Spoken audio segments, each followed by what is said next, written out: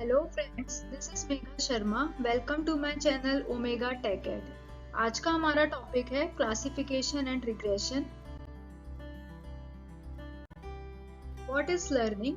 As a human being हम continuously कुछ ना कुछ लर्न करते रहते हैं। जैसे हम अपने एनवायरनमेंट से कुछ लर्न करते हैं, या फिर हम सोसाइटी के रूल्स एंड रेगुलेशंस से कुछ लर्न करते हैं, या फिर कभी हम अपने पास्ट एक्सपीरियंस से भी कुछ ना कुछ लर्न करते हैं। तो अगर हमें डिफाइन करना हो कि लर्निंग क्या है, तो हम बोल सकते हैं learning is a process of acquiring knowledge और modifying existing knowledge. Means learning एक तरह से कंटिन्यूअस प्रोसेस होता है जिसमें हम नॉलेज को एक्वायर करते हैं, या फिर जो हमारे एग्जिस्टिंग नॉलेज है उसको हम मॉडिफाई करते हैं। सिमिलरली अगर हमें बताना पड़े कि कंप्यूटर में हम लर्निंग किसको बोलते हैं, तो हम बोल सकते हैं learning in a computer system means acquiring information and storing it for future reference which can give out knowledge।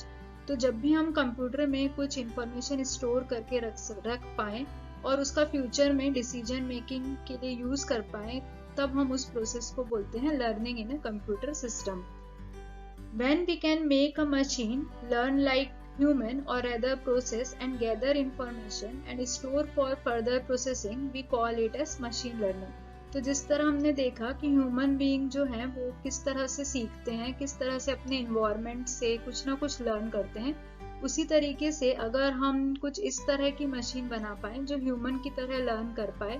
Human की तरह लर्न करने का मतलब है कि इंफॉर्मेशन को गैदर कर पाए अलग अलग सोर्सेज से, और उस गैदर इंफॉर्मेशन को स्टोर कर पाए। स्टोर करना इसलिए जरूरी है क्योंकि फर्दर प्रोसेसिंग के लिए हमें इसकी जरूरत पड़ेगी। तो इस तरह का जब हम सिस्टम बना पाए तो उसे हम बोलते हैं machine learning. Machine learning is a subset of artificial intelligence which defines how machine learn without being programmed और विथ लेस प्रोग्रामिंग। तो मशीन लर्निंग जो है वो पार्ट ऑफ आर्टिफिशियल इंटेलिजेंस हम इसको बोल सकते हैं। ये आर्टिफिशियल इंटेलिजेंस का सबसेट है जो कि डिफाइन करता है कि किस तरह से मशीन लर्न करेगा विदाउट बीइंग प्रोग्राम और using less programming. Machine learning को हम मेन दो कैटेगरी में डिवाइड कर सकते हैं। फर्स्ट होता है सुपरवाइज्ड लर्निंग एंड सेकंड होता है अनसुपरवाइज्ड लर्निंग। इस वीडियो में हम सुपरवाइज्ड लर्निंग के बारे में पढ़ेंगे। सुपरवाइज्ड लर्निंग को फर्दर हम दो टाइप्स में डिवाइड कर सकते हैं, classification and regression. And unsupervised learning का एग्जांपल होता है क्लस्टरिंग। तो यहाँ पे हम one by one supervised learning के बारे में देखेंगे और डिफरेंस देखेंगे कि क्या डिफरेंस होता है between supervised learning and unsupervised learning. Supervised and unsupervised learning जिसे हम एक एक्टिविटी की हेल्प से समझेंगे। एक बॉक्स हमारे पास है, इस बॉक्स में कुछ रेड कलर के बॉल्स हैं और कुछ ग्रीन कलर के बॉक्स हैं। हमें यहाँ पे एक एक करके बॉल्स पिक करना है और जो भी कलर का बॉल्स आएगा उसको साइड में रखे हुए बॉक्स में डालना है। अब क्योंकि यहाँ पे दो कलर के हमारे पास बॉल्स हैं, तो हमें यहाँ पे दो बॉक्स लगेंगे, रेड एंड ग्रीन, जिसको हमने नेमिंग किया है। तो अगर हमने रेड बॉल पिक किया है तो हम उसे रेड बॉक्स में डालेंगे, और अगर ग्रीन बॉल पिक किया है तो उसे ग्रीन बॉक्स में डालेंगे। तो इस तरह से सुपरवाइज्ड लर्निंग जो होता है उसमें हमें number of inputs and outputs पहले से ही पता होते हैं, ये हमें नोन होते हैं, और जो भी हमारा सिस्टम है वो वर्क करता है based on set of rules. जिस तरह से यहाँ हमें पता है कि नंबर ऑफ इनपुट्स क्या है और नंबर ऑफ आउटपुट्स क्या है। यहाँ पे हम दो कलर्स यूज कर रहे हैं और इसीलिए हमें आउटपुट में दो बॉक्स की जरूरत है। अगर सेम एक्टिविटी को हम रिपीट करना चाहें, पर इस टाइम हमारे पास हमको ये नहीं पता है कि इस बॉक्स के अंदर कितने कलर के बॉल्स हैं, इसमें 2 कलर्स, 3 कलर्स, 4 कलर्स, कितने भी कलर के बॉल्स हो सकते हैं। यहाँ पे भी हम सेम एक्टिविटी परफॉर्म कर रहे हैं। मीन्स हमको वन बाय वन यहाँ पे बॉल पिक करना है और उनको बॉक्स में डालना है, अलग अलग कलर को अलग अलग बॉक्स में। तो यहाँ पे हम जब भी हम एक नया कलर आइडेंटिफाई करेंगे तो हमको एक नए बॉक्स की जरूरत पड़ेगी। तो इस तरह से हमको यहाँ पे नहीं पता है, नंबर ऑफ इनपुट्स के बारे में भी नहीं पता है कि कितने कलर के बॉल्स इस बॉक्स में हैं, और नंबर ऑफ आउटपुट्स मतलब कितने बॉक्स हमको चाहिए होंगे उसके बारे में भी नहीं पता है, क्योंकि एवरी टाइम जब हमको नए कलर का बॉल्स मिलेगा तो हमें एक नए बॉक्स की जरूरत पड़ेगी। तो अनसुपरवाइज्ड लर्निंग हम उसको बोलते हैं जब हमारे पास ना तो हमें इनपुट के बारे में पता हो और ना ही आउटपुट के बारे में पता हो। तो अनसुपरवाइज्ड लर्निंग में इनपुट एंड आउटपुट दोनों ही फिक्स नहीं होते। Classification is an example of supervised learning. It is a process of categorizing a given set of data into classes. It can be performed on both structured और unstructured data. तो classification का अगर हम simple meaning देखें तो classification का मतलब होता है कैटेगरी में डिवाइड करना, और ये स्ट्रक्चर्ड और अनस्ट्रक्चर्ड दोनों टाइप के डेटा पे ही परफॉर्म हो जाता है। सबसे जो मेजर प्रॉब्लम हमारे पास होती है वो डेटा से रिलेटेड होती है, जिसको हम बिग डेटा भी बोलते हैं, क्योंकि ये डेटा बहुत ही ह्यूज अमाउंट में रहता है। तो अगर हमें इस डेटा पे वर्क करना है या डेटा से रिलेटेड कोई डिसीजन लेना है तो ये बहुत ही इंपॉर्टेंट होता है कि हम इसे प्रॉपरली क्लासीफाई करें। एक बार अगर हम डेटा को अच्छे से क्लासीफाई कर पाते हैं तो इसको समझना और इस पर वर्क करना हमारे लिए सिंपल हो जाता है। क्लासिफिकेशन में हम एक डेटा सेट्स लेते हैं और इस डेटा सेट्स को अलग अलग एट्रीब्यूट्स या कैरेक्टरिस्टिक्स के बेसिस पे डिवाइड करते हैं, और जब हमारे पास कोई न्यू डेटा पॉइंट्स या ऑब्जर्वेशन आता है तब हम इसको मैच करते हैं कि इसकी कैरेक्टरिस्टिक्स या फिर इसका किस तरह का बिहेवियर है, और उसके अकॉर्डिंग इसको कैटेगराइज करते हैं। Regression is a technique for determining the statistical relationship between two or more variables, where a change in a dependent variable is associated with and depends on a change in one or more independent variable.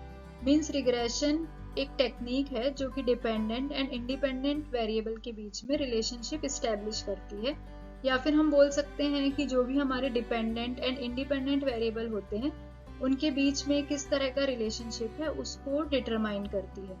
For example अगर हम salary का example देखें तो salary हमारी dependent variable है। Dependent variable इसलिए क्योंकि ये अदर फैक्टर्स पे डिपेंड है, फॉर एग्जाम्पल HRA या फिर DA। तो यहाँ पे HRA और DA इंडिपेंडेंट वेरिएबल है और सैलरी डिपेंडेंट वेरिएबल है। तो अगर हम HRA को इंक्रीज करते हैं तो हमारी सैलरी भी इंक्रीज होगी।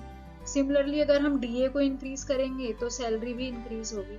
तो इस तरह से अगर हम एक वेरिएबल को इंक्रीज कर रहे हैं तो दूसरा भी वेरिएबल इंक्रीज हो रहा है जो कि इस पे डिपेंड है।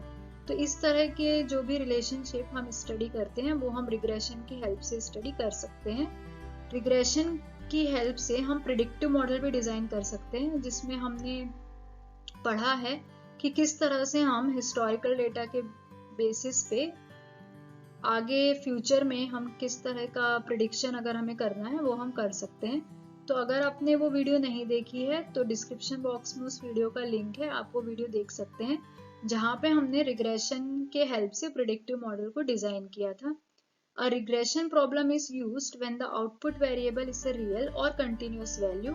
Regression problem हम यूज करते हैं जब हमारे पास continuous value हो। अब यहाँ पे continuous value का मतलब ये होता है कि रेंज इसमें हो बहुत ही ज्यादा, जैसे कि सैलरी है या फिर वेट है। अब जैसे कि हम सैलरी प्रिडिक्ट करना अगर चाहते हैं तो यहाँ पे हम कोई भी नंबर ले सकते हैं, तो इसीलिए इसको कंटिन्यूस वैल्यू बोला है।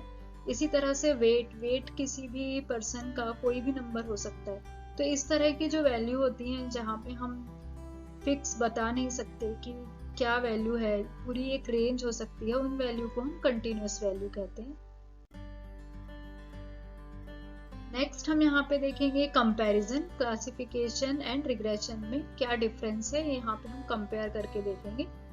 क्लासिफिकेशन में जो हम प्रिडिक्शन करते हैं वो क्लासिफाई करके करते हैं। यहाँ पे हम डेटा को डिफरेंट कैटेगरी में क्लासिफाई करते हैं और उसके बाद हम इस पे प्रिडिक्शन करते हैं। जो भी हमारा आउटपुट वेरिएबल होता है क्लासिफिकेशन में वो कैटेगरी या फिर डिस्क्रीट डेटा होता है। डिस्क्रीट डेटा का मतलब होता है जैसे अगर हमें बोला गया है predicting gender of a person, तो अगर हमें किसी का जेंडर प्रिडिक्ट करना है तो उसकी सिर्फ दो ही पॉसिबल वैल्यू हो सकती है, या तो वो मेल होगा या फिर फीमेल होगा। तो इस तरह से हम इसको डिस्क्रीट डेटा सेट बोल सकते हैं, जहाँ पे हम फिक्स बता सकते हैं कि जो भी आउटपुट है वो 2 या 3 नंबर्स होंगे।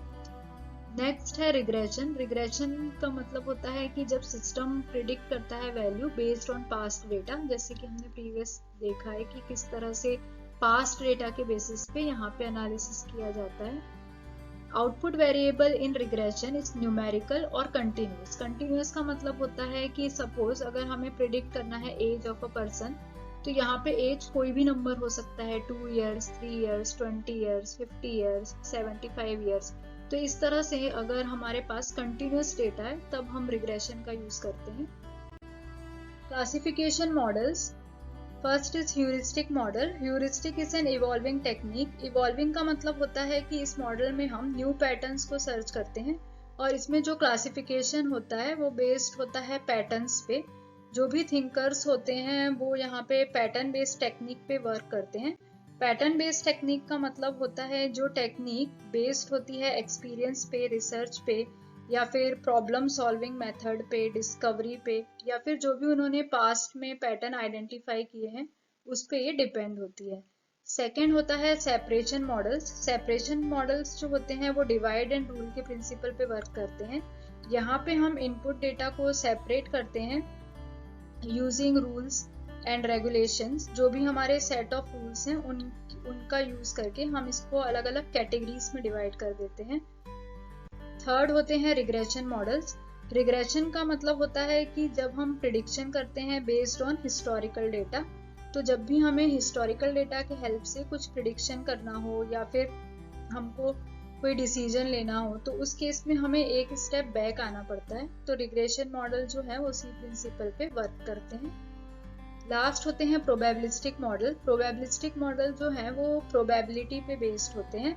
प्रोबेबिलिटी का मतलब होता है कि कितनी बार वो ऑकरेंस हुआ है, या फिर उसको हम सेट ऑफ ऑकरेंस भी बोल सकते हैं। तो इस केस में जो क्लासिफिकेशन होता है वो बेस्ड होता है प्रोबेबिलिटी ऑफ ऑकरेंस पे। Characteristics of classification models. जो भी हमने क्लासिफिकेशन मॉडल्स अभी पढ़े हैं उनमें कुछ कैरेक्टरिस्टिक्स का होना इम्पोर्टेंट है। फर्स्ट कैरेक्टरिस्टिक्स होती है स्पीड। स्पीड का मतलब ये होता है कि जो भी इसकी कंप्यूटेशन स्पीड है वो फास्ट होनी चाहिए। उसमें जो भी टाइम इसमें लगने वाला है वो कम से कम होना चाहिए, और जो भी सोल्यूशन हमें मिल रहा है वो फास्ट मिलना चाहिए। एक्यूरेसी मतलब होता है करेक्टनेस। जो भी मॉडल्स हम बनाते हैं उसका जो भी आउटकम्स है, जो भी आउटपुट हमें मिल रहा है वो करेक्ट होना चाहिए। थर्ड है स्केलेबिलिटी। स्केलेबिलिटी का मतलब होता है कि जो भी मॉडल हमने डिजाइन किया है वो सेम वर्क करना चाहिए। अगर हमारा डेटा सेट लार्ज है या फिर स्मॉल है तो दोनों ही तरह के डेटा सेट पे ये इक्वली वर्क करना चाहिए। इंटरप्रिटेबिलिटी मतलब होता है सिंपल टू यूज। जो भी यूजर्स हैं जो इसको यूज कर रहे हैं वो इजीली इसको यूज कर पाएं और इसकी वर्किंग को इजीली अंडरस्टैंड कर पाएं। रोबस्टनेस मतलब होता है कि इसमें लेस एरर हो या फिर जो बग्स हो वो कम से कम हो। तो जो भी हमारा मॉडल्स है वो पूरा परफेक्ट तो नहीं हो सकता, इसमें कुछ ना कुछ मिस्टेक होगी, पर यहाँ पे हम चेक करते हैं कि जो भी एरर्स या फिर बग्स हैं या फिर जो भी इसके लूप होल्स हैं वो मिनिमम हो या कम से कम हो। Thanks for watching. अगर आपने वीडियो यहाँ तक देखा है और वीडियो अच्छा लगा है तो वीडियो को लाइक करें, फ्रेंड्स के साथ शेयर करें, चैनल को सब्सक्राइब करें एंड नोटिफिकेशन के लिए बेल आइकन प्रेस करें। हमारा नेक्स्ट टॉपिक रहेगा क्लासिफिकेशन एल्गोरिथम।